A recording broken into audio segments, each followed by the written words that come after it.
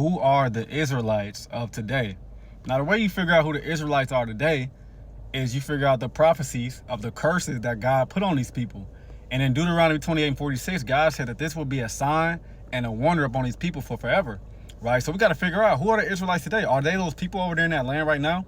Well, let's read what God told the Israelites, or what Moses told the Israelites in the wilderness in Deuteronomy 28:15. Because in Deuteronomy verse 1, God said, if you follow my commandments, my laws, and statutes, all these blessings will be upon you. But let's see what God said to them if they did not follow his laws, commandments, and statutes. And he says in verse 15, but it shall come to pass, if you will not hearken or listen unto the voice of the Lord thy God, to observe to do all his commandments and statutes which I command thee this day, that all these curses shall come upon thee and overtake thee. And then you can read on down and see all the curses that came upon the Israelites. But specifically, I want to read verse 68, right? That's what the part I really want to read, and everybody to see this part right here.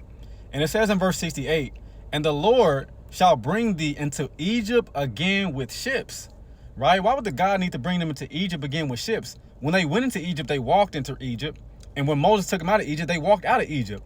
Right? But if you read Deuteronomy 5 and 6, Egypt is synonymous for the land of slavery or captivity or bondage. Right? So again, it says that the Lord shall bring thee again into Egypt again with ships. What does that sound like? That sounds like the Atlantic slave trade to me. Right? And it says, by the way thereof I spake unto thee, there you shall see it no more again.